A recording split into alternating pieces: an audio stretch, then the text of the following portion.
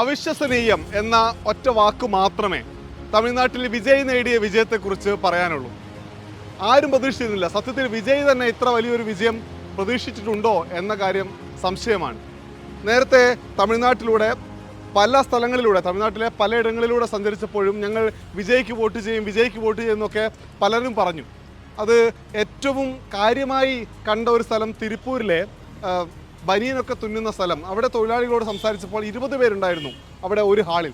ആ 20 ആളുകളിൽ 17 ആളുകൾ ഞങ്ങൾ വിജയ്ക്ക് വോട്ട് ചെയ്യുമെന്ന് പറഞ്ഞു. അതിൽ തന്നെ ഞാൻ അവരോട് ചോദിച്ചു, നിങ്ങൾ കഴിഞ്ഞ തവണ ആർക്കാണ് വോട്ട് ചെയ്തത്? അതിൽ മഹാഭൂരിപക്ഷ ആളുകൾ അണ്ണാ DMK-ക്കാണ് ചെയ്തത്. അപ്പോൾ ഈ തിരഞ്ഞെടുപ്പ് ഫലം നോക്കുമ്പോഴും അത് വ്യക്തമാണ്. TVK ഒന്നാമത് വന്ന മണ്ഡലങ്ങളിൽ പലയിടത്തും DMK ആണ് 2ാം സ്ഥാനത്ത്. അണ്ണാ DMK-ക്ക് 3ാം സ്ഥാനത്തേക്ക് പോകേണ്ടി വന്നിരിക്കുന്നു. വോട്ട് ഷെയർ നോക്കിക്കഴിഞ്ഞാലും അത് വ്യക്തമാണ്. വോട്ട് ഷെയറിൽ 1ാം സ്ഥാനത്ത് TVK, 2ാം സ്ഥാനത്ത് DMK, 3ാം സ്ഥാനത്ത് അണ്ണാ DMK എന്ന നിലയിലേക്ക് കാര്യങ്ങൾ മാറിപ്പോയിട്ടുണ്ട്. അതായത് വിജയുടെ വരവ് ഒരു തരംഗമെന്നുള്ള ഒരു സുനാമിയായി തമിഴ്നാട്ടിലാകമാനം വീശിയടിച്ചു എന്ന് വേണം നമുക്ക് പറയാൻ. നമ്മൾ തമിഴ്നാടിൻ്റെ ചരിത്രം എടുത്ത് പരിശോധിച്ച് കഴിഞ്ഞാൽ MGR ആണ് ഇതേപോലെ വലിയ ഓളം സൃഷ്ടിച്ച ഒരു നേതാവ്. അദ്ദേഹം പക്ഷേ തുടർച്ചയായി രാഷ്ട്രീയത്തിൽ ഉണ്ടായിരുന്ന ആളാണ്. DMK-യുടെ ട്രഷററായിരുന്നു, MLA ആയിരുന്നു, പാർട്ടിയുടെ പരിപാടികളിൽ പങ്കെടുക്കാറുണ്ടായിരുന്നു. അങ്ങനെയൊക്കെ പാർട്ടിയിൽ സജീവമായി നിൽക്കുന്നതിനിടയിൽ പുതിയൊരു രാഷ്ട്രീയ പാർട്ടി രൂപീകരിച്ച് ആദ്യ തിരഞ്ഞെടുപ്പിൽ വിജയിച്ചു.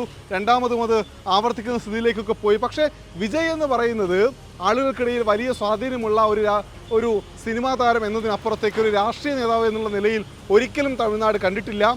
ഇടയ്ക്ക് ഈ കമൽഹാസനും രജനീകാന്തും ഒക്കെ രാഷ്ട്രീയ പ്രഖ്യാപനവുമായി രംഗത്തേക്ക് വരുമ്പോൾ പോലും രാഷ്ട്രീയം എന്ന വിഷയത്തെപ്പറ്റി ഒന്നും പറയാത്ത ആളാണ് വിജയ്. പക്ഷേ പല സൂചനകൾ ഇടയ്ക്കൊക്കെ അദ്ദേഹം നൽകുന്നുണ്ടായിരുന്നു.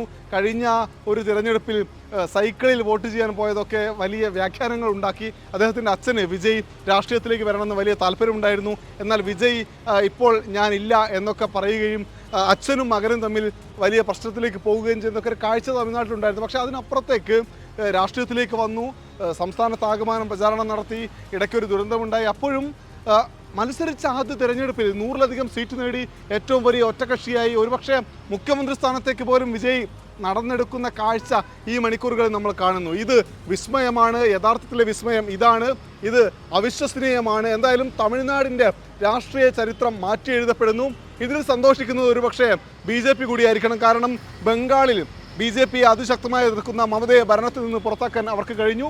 തമിഴ്നാട്ടിൽ DMK സർക്കാരിനെ നേരിട്ട് പുറത്താക്കാൻ NDA-ക്കോ സഖ്യപാർട്ടിയായ അണ്ണാ DMK-ക്കോ സാധിച്ചില്ല. പക്ഷേ DMK പുറത്തു പോയിരിക്കുന്നു. കേരളത്തിലാണ് ഉള്ളത്. കേരളത്തിൽ ഇടത് സർക്കാർ പുറത്തുപോയി, കോൺഗ്രസ് വരുന്നു. എന്തായാലും തമിഴ്നാട് വലിയൊരു രാഷ്ട്രീയ മാറ്റത്തിന് സാക്ഷ്യം വഹിക്കുന്നു. മുഖ്യമന്ത്രി MK സ്റ്റാലിന് പോലും രക്ഷയില്ലാത്ത തരത്തിൽ TVK തരംഗം ആഞ്ഞടിക്കുന്ന കാഴ്ച ഇത് തമിഴ്നാട്ടിലെ സാധാരണക്കാർ പലയിടങ്ങളിൽ നിന്നും പറഞ്ഞ് കേട്ടിരുന്നു. 2 ആഴ്ച മുൻപ് അതിപ്പോൾ യാഥാർത്ഥ്യമായിരിക്കുന്നു. എന്തായാലും കൂടുതൽ രാഷ്ട്രീയ നാടകങ്ങൾക്ക് വരും ആഴ്ചകളിൽ തമിഴ്നാട് സാക്ഷ്യം വഹിക്കുമെന്നും ഈ തിരഞ്ഞെടുപ്പ് ഫലം ചൂണ്ടിക്കാണിച്ച് തരുന്നുണ്ട്.